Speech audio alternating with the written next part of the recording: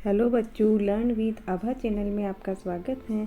आज की क्लास में हम कक्षा 7 की बसंत हिंदी पाठ्य पुस्तक भाग 2 पढ़ेंगे और जो पहला पाठ है उसका नाम है हम पंछी उन्मुक्त गगन के। ये जो कविता है ये शिव मंगल सिंह सुमन ने लिखी है और इसका ये पद्य भाग है। आज हम ये पढ़ने वाले हैं। हम पंछी उन्मुक्त गगन के। पंछी मतलब होता है पक्षी, उन्मुक्त मतलब होता है आज़ादी, कि जो पंछी बोल रहे हैं कि हम आज़ादी से रहने वाले हैं और एक खुले आकाश में हमको रहना है। हम पंछी उन्मुक्त गगन के पिंजर बंद न गा पाएंगे, कनक तीलियों से टकराकर पुलकित पंख टूट जाएंगे।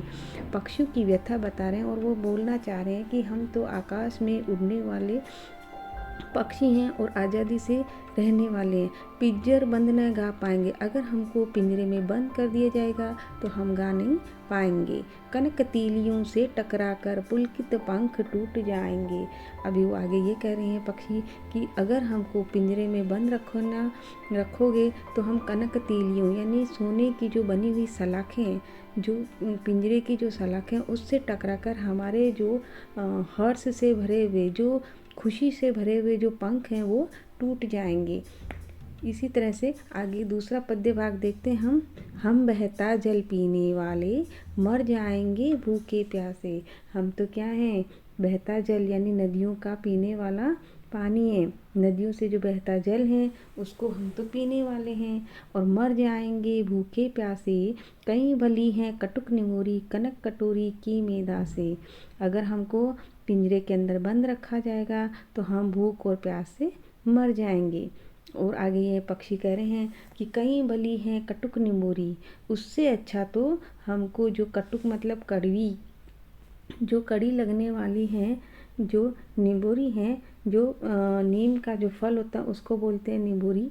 तो उनको ये बोल रहे हैं पक्षी कि हमको तो जो कड़वी और नीम का जो फल निबोरी है वही हमको अच्छी लगती हैं। उससे अगर आप पिंजरे में बंद रख के कनक कटोरी की मेदा से, पिंजरे में बंद रख के अगर हमको सोने की कटोरी के अंदर भी हमको दाना चुगने के लिए दिया जाए तो भी हमको वो अच्छा नहीं लगता है। स्वर्ण श्रृंखला के बंधन में अपनी गति उड़ान सब भूले। आगे ये बता रहे हैं पक्षी कि स्वर्ण श्रृंखला यानी जो सोने की जो श्रृंखला के बंधन में हम बंधे हुए हैं और उससे हम बंधन बंधने के कारण हमने अपनी गति, उड़ान सब कुछ हम क्या करें, भूल गए हैं।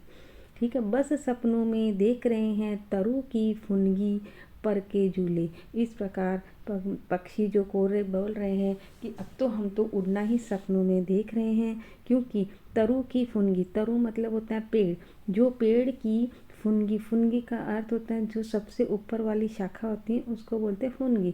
अब तो हम तरु की फुनगी पर पेड़ पर के झूले यानी जो पेड़ की जो ऊंची शाखा है उस पर हम झूला झूलते थे, वो तो बस हम अभी सपनों में ही देख रहे हैं। इस प्रकार कवि आगे बताते हैं पक्षियों की व्यथा कि ऐसे थे अरमान की उड़ते नीले नभ की सीमा पाने। और हमारी जो इच्छाएं थी, अरमान का अर्थ होता है इच्छा, ऐसे थे अरमान की उड़ते, हमारी तो बहुत ही इच्छा है कि हम आकाश, खुले आकाश में उड़ते रहें और नीले नभ की सीमा पाने। नीले नभ, नभ का पर्यायवाची या अर्थ क्या होगा, आकाश, कि जो नीला आकाश है, जो नीला आसमान है उसकी सीमा को हम पाएं, क्योंकि उसके जो ऊपर का जो पॉइंट है उसको हम छूना चाहते हैं। लाल किरण सी चोंच खोल, और इस प्रकार हम इतनी ऊंचाई पे उड़ना चाहते हैं कि जो सूर्य की जो लालिमा है उसके सामने हम अपनी चोंच खोलें और वहाँ पर चुगते तारक अनार के दाने, यानी हम ऐसा करना चाहते हैं कि जो वहाँ पे जो छोटे छोटे तारे हैं वो दिख रहे हैं, वो अनार के दाने के समान लग रहे हैं और हम उनको क्या करना चाहते हैं, चुगना चाहते हैं। देखो पक्षी कितना अच्छा सा अपने को व्यथा बता रहे हैं। अभी आगे का पद्य भाग पढ़ते हैं।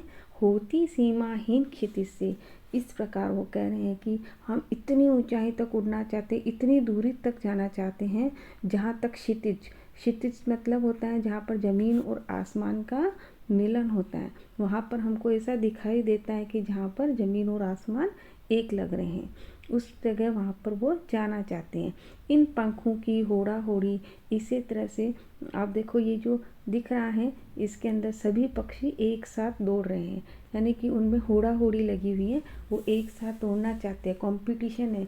ठीक है, या तो क्षितिज मिलन बन जाता, और वो ये सोच रहे हैं, ये कहना चाहते हैं कि या तो हम इतनी होड़ा होड़ी से हम आगे उड़ते कि हाँ, या तो क्षितिज हमारा मिलन बन जाते, या तो हम वहाँ पहुँच जाते, और यहाँ तंती सांसों की डोरी, या फिर हमारी इतनी सांसें फूल जाती कि हमको मृत्यु तक हमारी हो सकती हैं।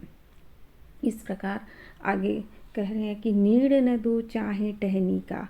अभी वो पक्षी कह रहे हैं कि हमको पिंजरे के अंदर बंद नहीं करो, क्योंकि हमको अगर नीड़ न दो चाहे टहनी का, नीड़ मतलब होता है घोंसला, हमको कोई बात नहीं अगर घोंसला भी नहीं है, चाहे टहनी का, टहनी के ऊपर हम अगर घोंसला भी नहीं बनाए तो भी कोई बात नहीं, और आश्रय छिन्न भिन्न कर डालो। जहाँ आश्रय मतलब जहाँ रहने का स्थान, अगर हमारा रहने का स्थान है उसका भी तहस नहस कर दो, हटा दो तो भी कोई बात नहीं, लेकिन हमारे को भगवान जी ने पंख दिए हैं, लेकिन पंख दिए हैं तो, लेकिन हमारे पास क्या है, केवल पंख हैं, और हम पंखों से उड़ना चाहते हैं। आकुल उड़ान में विघ्न न डालो। आकुल, आकुल मतलब बहुत ही व्याकुल होना, परेशान होना, कि हम बस उड़ने के लिए परेशान हैं, उसके अंदर विघ्न न डालो। विघ्न मतलब बाधा, उसके ऊपर बाधा मत डालो, केवल हमको खुले नभ में उड़ने दो। हम तो क्या हैं, आज़ादी वाले हैं, बस हम तो उड़ना जानते हैं। इस प्रकार अच्छा बच्चों, ये कविता यही समाप्त हुई। आशा है आपको अच्छे से समझ में आ गई होगी, और मेरा जो लर्न विद आभा जो चैनल है उसको लाइक करें, शेयर करें, सब्सक्राइब करें। थैंक यू, धन्यवाद।